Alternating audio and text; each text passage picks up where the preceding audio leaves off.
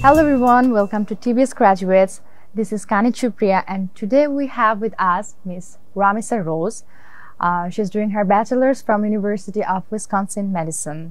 She's here to give her 2 cents on higher studies abroad. So, hi Rose, would you please introduce yourself? Hi Kanis, thank you for having me here.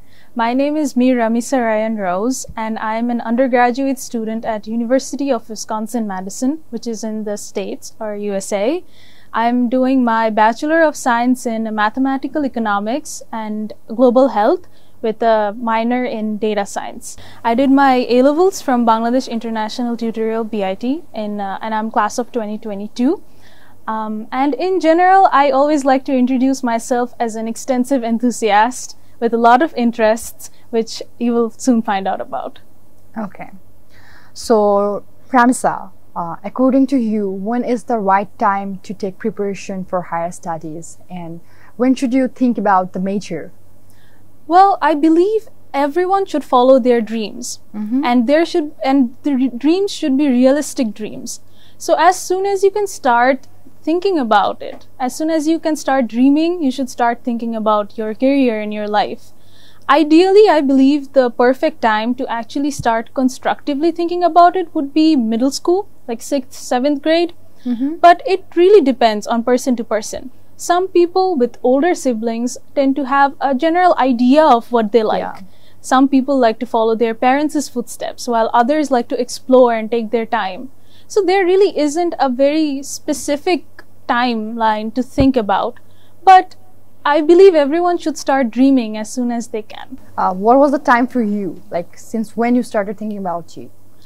Personally, I started properly thinking about higher education in United States in like 7th or 8th grade, which was perfect for me since it gave me ample time to prepare myself mentally, prepare myself through my extracurricular activities, as well as have a general understanding of what I wanted to do. Okay. Would you please tell us about how to make a college list? Okay. So, like around 9th grade, most people would start constructively thinking about where exactly they want to go to college. So, I believe there should be a few categories of things to think about, including location, including expenses, which is like very important. Yeah. And as well as, like, as we mentioned before, that we need to start dreaming about what we want to do in life.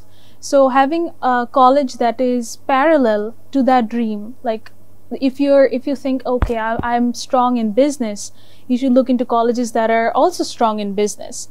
So your college should accompany your dreams. So people should start when you're making a college list. These things must be important. What were your preferences while selecting a college? Like location, rating, your major, the major you want to do. So what were your tick boxes? Well, as I've already mentioned, my major is very varied. Yeah. It's economics, global health, and data science. Yeah. So my first preference was to go into a college that ticked all those boxes. Like, I did not want to be at a college where I would get a great faculty in one subject and would not get a great faculty in another. So that's where University of Wisconsin-Madison comes in. It's an all-rounded university. It's a Big Ten college, and overall it's great. But interestingly, I did apply to 25 colleges. Ooh. Yeah, and to how many you did get accepted? 22. Interesting. Yeah. Yeah. So my dream college was another college. Okay. And I did get into that college. Okay. But I decided not to go because once I got in, I started analyzing, is this where I see myself in like 2 years or 3 years? Can I picture myself going to class in that city?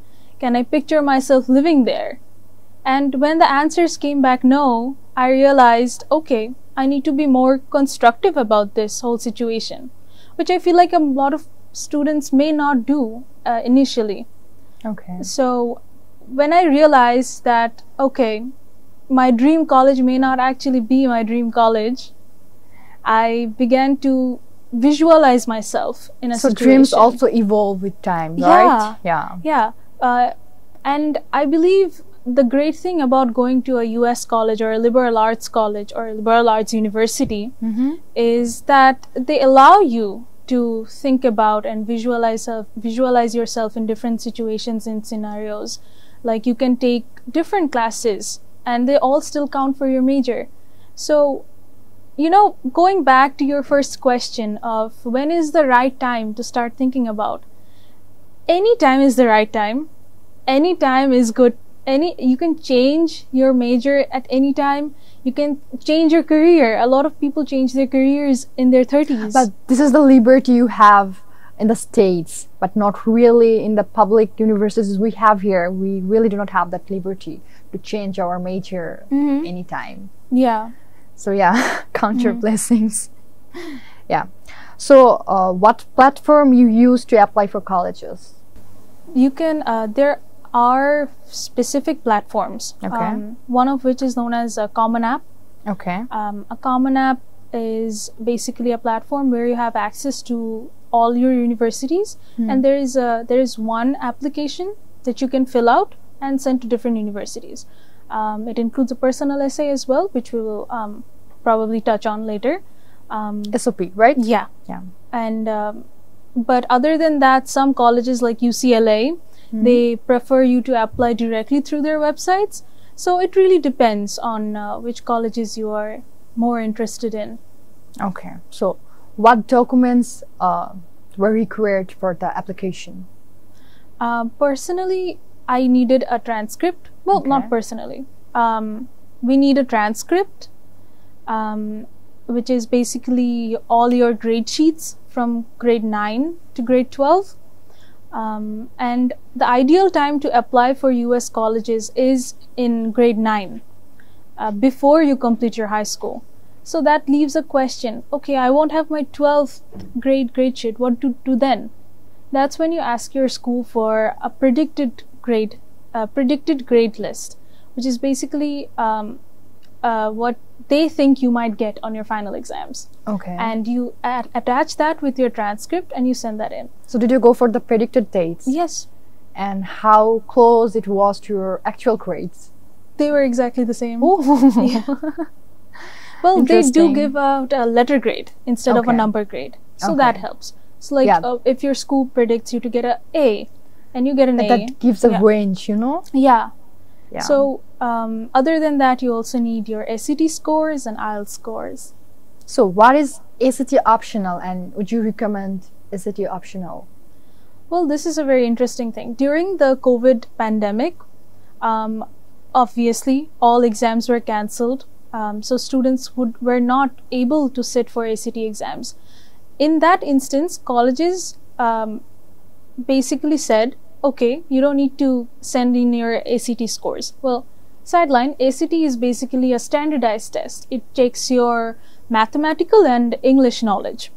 So during the pandemic, when ACT exams were not held, colleges were like, okay, you don't need to send in your ACT scores. So a lot of students applied ACT optional.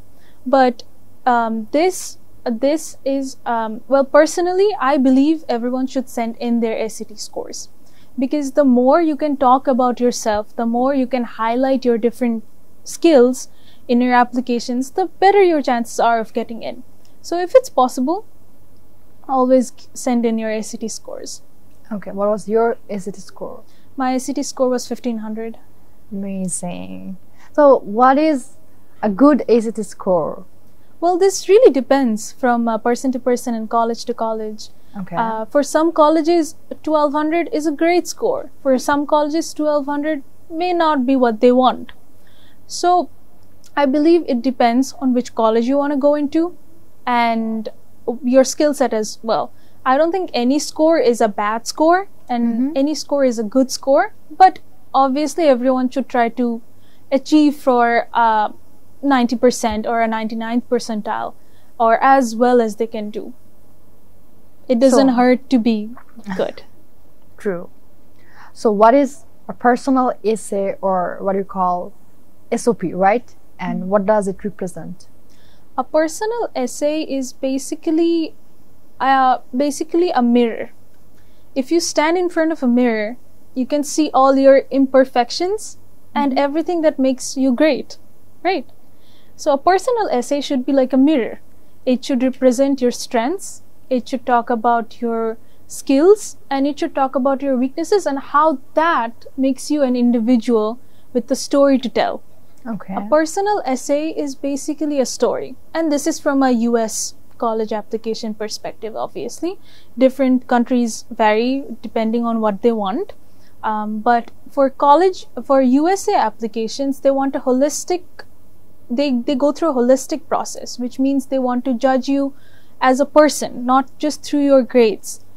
So an important part of that is the personal essay. It gives you an opportunity to be more nuanced about who you are, more open about who you are, and just gives an opportunity for the admissions officer to understand who you are and what makes you an individual. So are you implying that, in SOPs, apart from saying good things about you, what you have done, your achievements, success, Yes. is also important to criticize yourself? Yeah, because Okay. no one is perfect. Yeah. But you have to understand, like when you're criticizing yourself, you also need to talk about how you recognize that and how you have overcome that lacking, or how you plan on overcoming that lacking. So it's very important to have a 360 view of your personality and who you are as a person, so that they know that even if you have tripped before in your life, oh yeah, I have failed this exam, I don't want to talk about that, I don't want that on my grade sheet, but how have you overcome that setback is what's more important when you're representing yourself. Okay, so a lot of people among us have this predetermined mindset that SOPs should be filled with ECAs. Yes. Is that true? Well, in college applications, in USA college applications, there is a different, these are separate. So when you're filling in the Common App application, you'd have an activities section and an essay. Okay. Personally, I believe you can set in like 20-ish activities on your Common App. I personally believe like keeping your ECAs there is a better idea than bringing all of that in. Because you may be great at singing, but does that mean you're a musician? No. But if you believe you're a musician and it is a representation of who you are, include that in your personal essay. A personal essay should be a story, not a CV, if that makes sense. It should not be a resume of everything that you've done. Your entire application is your resume, but your personal essay should be a chance for you to speak candidly about yourself and tell a story about yourself, rather than list out your achievements, because there is room for that in other parts of the application. Okay, so there are some skills or activities we do in our life that we might not think that those are great. For example, cooking, gardening, but let's say I'm very great at that. So should I mention them as well, that I'm good at cooking, stitching? Yeah. Should every skill be included there? Of course. Listen, when you're applying to colleges, they want to see who you are as a person. This is a question a lot of students ask, that, oh, I don't have any ECs, I don't have any trophies to show, I have not done Olympiads, I don't do debate, I don't do MUNs, and I've never played soccer. What do? I don't do anything. But you do. There must be something you do all day. I know people who go home and help their mom make food at home. Talk about that. Talk about what value that brings to your life and how that is an extracurricular activity that you do. See, the term ECE means extracurricular activities. It's everything that you're doing outside of your academics. It's who you are outside of your grades. It's your interests. I'm going home and I'm cooking with my mother. That is a skill that a lot of people may not have. True. That shows your determination towards something, that shows your affection towards your family, that shows that you care. So no skill should be left unsaid on an application. Interesting. So when are the deadlines for USA college applications? this also varies from university to university, but most applications are due by January. Okay. But it's very important to apply before deadlines, because it's very easy to miss deadlines, especially when you're in Bangladesh and the time zones are a little different. Your calculation may be off. Maybe it's 14th here and 15th there, but we are 11, 12 hours early. You might accidentally miss the application deadline. So it's always better to be done with applications by mid-December. Okay. Some colleges do require you to send in your applications way earlier, like November, for colleges like UCs, like the University of California colleges. But it's also worthwhile to mention that there are two types of applications, or like a generalized two types of application. One is an early decision application and one is a regular decision application. When you're applying early decision to a university, you're basically saying that, okay, you are my number one choice, and if you take me, I will go. Okay. So those are usually a little earlier than regular decision deadlines, like by October-ish, and you would also get your results earlier. You'll also get your decision earlier. But for regular decision applications, deadlines are usually January, and you get your results by May. Did you go for an early decision? I did, actually. Okay. And I did get in, but there were some complications, and I decided not to go to that university. But I'm glad, because it gave me an opportunity to explore more, explore further, and as I've said, it's never too late. So, what do you keep in mind when you select universities from the accepted ones?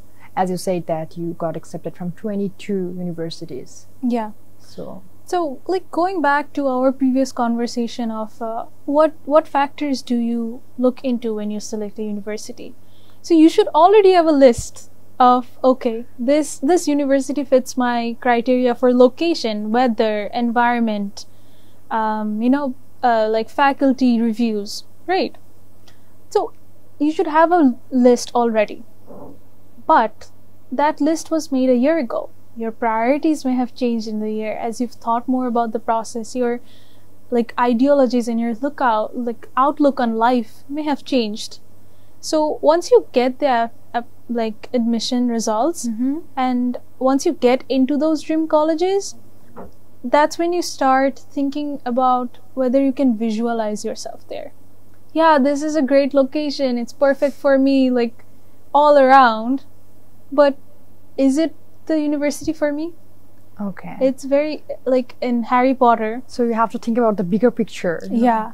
Like I always talk about this. Like in Harry Potter, they talk about the wand chooses the wizard. The wizard doesn't choose the wand. So it's always important to understand whether that the university has chosen you, but can you accept that university as your own? Do you feel at home there? Because you're living away from home. It needs to be comfortable. True. So it's like a lot of factors are very important to people. Ranking, we can talk about all those things, but it's also very important to understand that whether you can feel at home there. Okay. Because it has to be a home away from home. True. So how are you liking Wisconsin? How's the weather there?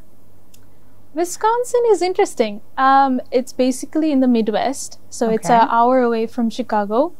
Wisconsin is a Big Ten university. It's also known as a public Ivy. It's a 2,000-acre college with a student body of 40,000 people. So you can imagine it's pretty big, and sometimes it feels very big. But overall, I've been really enjoying my time there. And something that my university does to make such a huge college feel smaller is we have learning communities, which are basically smaller communities that you can join, basically like clubs. We have 300 clubs. We have about 300 clubs on college, so there's a lot to choose from. But yeah, and I'm in Women in Economics and Women in Science and Engineering. I am a peer mentor there from next semester. Interesting. So given that everything is new there and you were away from home, do you feel overwhelmed at times? Well, I believe I made a good decision. Okay. So I constantly feel at home in Wisconsin, constantly feel at home in Madison. But yeah, like when you have 16 assignments due and when you have a final looming on your head, you're like, oh no, what have I done?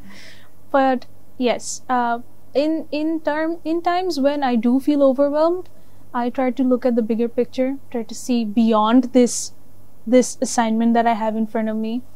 And a great thing about universities that a lot of people might not know is mental health services are always available.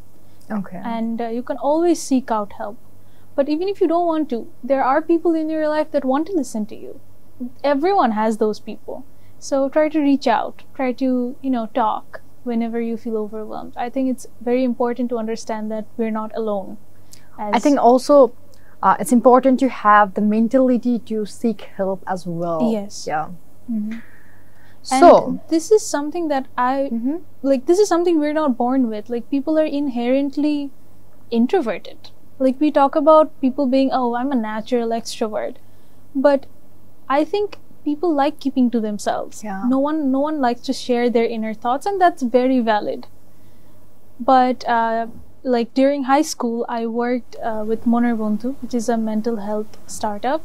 And through my experience there, I've learned that it's always better to seek out help based on your own boundaries. And I think it's something that college teaches you to do, because you're alone there and you have to decide, you make your own decisions. So it's interesting. No, and it's an experience that everyone should go through. okay, so how to make new friends and approach professors? Okay, when you enter college, it's huge and you're like, okay, where do I start? Something that I always tell my friends is that when you're in a lecture hall, try to think of your professor as a person, because they have their own story. They're there. They're not just like, someone that's teaching you. They have their own story. They have their own skill sets. When you start seeing them as a person instead of this authoritative figure, you can connect more to them. So when you go up to them, or when you go to their office hours, it's easier to see them beyond your teacher.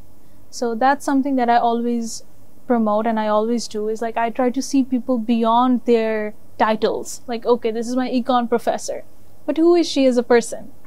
Try to get to know people, because there's no like I think human connections and networking with people should not be fixed to, okay, these are my colleagues or these are my friends. I think it should be more nuanced. Other than that, I always encourage people to go to office hours. Your professors have those hours. No one's going to them. Go in there, even if you don't have a question, or even if you don't have a specific problem in your head, like, oh yeah, like a lot of people are like, I don't have any problems in this class. Why should I go to office hours? Why should I go see my teaching assistant? But you should go, because they will have a conversation with you. They might be able to help you out on things that you did not even know that you had a problem on. Okay. So office hours are always very important. So it's important to make a connection. Yeah. Yeah. And something that I always suggest is, even if your professor is declaring office hours, like, yeah, 1 to 2 I'll be at my office, anyone's free to come, still send an email. Send an email that, hi professor, greetings professor, hope you're doing well. I'd like to take an appointment. Yeah, I would like to visit you during your office hours. Hope to see you there. Yeah. It gives that person a sense of respect, like you're thinking about them, like you're not just showing up there. Yeah. And it also allows you to have a mindset of meeting someone, basically. Like, it gives them a time to prepare to attend to you, and it gives yourself, and it gives you an understanding that, okay, I will have to be there. I've already given my word. So a lot of people who struggle with, like, backing out of things at the last moment, that's what I always suggest. Like, send an email. Once you've sent that email, you have to go there. It also mirrors your communication skill. Yeah. Yeah. Email is a very, very important thing. I always suggest, like, email should be as soon as you wake up in the morning, you should check your emails. Whoever that is. I think email writing should be included in courses. Yeah, I think so too. Yeah. Actually, in my university, it's mandatory to take a 101 English class, Okay. which I've also seen happen in other universities, and it basically enhances your communication skills. It enhances how well you express things and how well you can communicate both on paper and in person. Mm-hmm. So I think that this also ties back to the importance of learning things beyond your core classes. So, are you allowed to do any part-time jobs? For international students Yeah. in USA, you are allowed to work on campus Mm-hmm. for about 20 hours a Mhm. week. I currently have 3 on-campus jobs. Okay. One of which is the peer mentor for WISE, Mhm. which is basically acting as an executive board. We have 200 residents in our learning community, and my job is to mentor them, to guide them throughout their first year at college, to answer questions, and basically be a big sister. The other job that I have is in construction assistant, and my job is to basically make sure that everything's going smoothly. This is the Okay. job that I did in my freshman year as well. And the third job that I have is a front desk person. So it's basically all communication skills and, like, greeting people. So yeah, Are you good at time management? I do take 18 credits a semester, and I have Okay. jobs. So I like to think that I'm good Better at time on. management, but I also believe in taking some time for myself. And, like, if I'm having a bad day, it's okay. Take a step back. Do the things that you must do. Yeah. I believe in making to-do lists and prioritizing tasks, because if you have a to-do list, Mm-hmm. you can pick out, okay, these are the things that must be done. These are the things that, okay, if I have time, I'll do. And these are the low, and then there are low priority Yeah. tasks. Yeah, So, might as well. yeah. If I feel like it, I'll do it. Yeah. And then there's, like, okay, if I have time, I'll do it, and I must do these. So Yeah. once you have that set, it's very hard not to be able to manage time, because then you're getting your priority tasks done. So Okay. yeah, that's what I believe. This actually reminds me, when someone applies to colleges, and this must have slipped my mind when we were talking about it, but I made 3 different lists for when I was selecting which colleges to apply to. One Okay. was my dream college. Okay. This could be your Ivy Leagues, this could be your Big Tens, your top 10 universities in the world. Then you have your more reachable universities, that, okay, these are the universities that I probably will get into, and these are the universities that I like. Mm-hmm. And then you have your safety schools. A lot of people don't believe in the idea of safety schools, but I think it's important to apply to a few places where you're certain that you'll get in. Okay. So this gives you a moving room, basically. Like, I know a lot of people who get into their dream colleges. I know a lot of people who just apply to dream colleges. Yeah. And this is basically up to each individual. Mm-hmm. But I think it's important to have Safety schools. Yeah. these three Lists. criterias. Yeah. And the thing is, you might not go to a safety school, but everyone likes to receive an acceptance Yeah. from a true. college. So this gives you a sense of confidence as well. And who knows, your safety school might be the school that is meant for you. So Possible. it's, Also, yeah. I think the concept of safety school will give you a sort of mental strength. That, Yeah. okay, if I do not get into this my favorite school, Yeah, I have this. yeah. Yeah. True. And once you go there, that may be what's right for you. That may be what's meant for you all this time. So Okay. I always believe in not cutting anything off. Like, Okay. nothing should be like, oh no, I don't want that. I like, this goes back to my, like, introduction of being an extensive enthusiast. Yeah. I like exploring things. I like dipping my toes into things and being like, okay, I have tried this. I don't like it. Fine. Same with colleges. You can apply to a few safety schools. Okay, I've applied. I've gotten in. I don't like it. Maybe I've gotten into someplace better. Mhm. Maybe your safety school is feels more at home to you than your dream school. Could happen. Yeah. So it's always important to have that mindset where, okay, Yeah. you know what, this is not the one thing that I'm targeting. Targets should be there, but it should not be fixed. It should not be rigid. It should be more malleable, is what I believe. So Rose, you said that you can include 20 ECAs in the Common App, right? Yeah. So would you tell us about your ECAs? Yeah. So my extracurricular activities, I'd like to divide them into two different segments. One is what I've done in high school, and what is something that I'm currently doing in college. In high school, I'm the founder and CEO of a book club that I run on my own. It's got a team of 50 kids, all international. Other than that, I worked at a startup in human resources in 9th grade. Besides this, I love to make music. I love to sing. I've been trained in classical Tagore songs, and I do sing some modern songs as well. And other than and I've also been a finalist in English Olympiad, in Bangladesh English Olympiad, and a regional champion in Bangladesh Biology Olympiad. So yeah, there are a few different things. Other than, I also played soccer in high school. You're pretty much everywhere in the picture. Yeah, as I said, I like dipping my toes into things. I did MUNs, I did debates. I have a few Best Delegate awards in MUNs as well. That's why I call myself an extensive enthusiast. I like exploring different things. I was also the head prefect of my school in 10th grade. So that also brought a lot of learning curves for me. So I believe every opportunity that you get, you should grab onto it. Interesting. Yeah. And currently in college, I'm here in Dhaka for my summer break, and I'm doing an internship in ACI in marketing and human resources. It's a 3-month summer internship. You don't really take a vacation as a vacation, do you?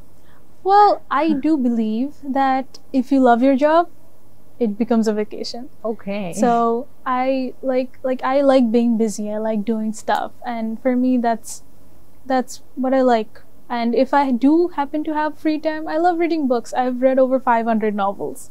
Interesting. In my life. So whenever I'm free, I'm like, okay, time for a book and a cup of coffee. Do you think that reading fictional books is a waste of time? No.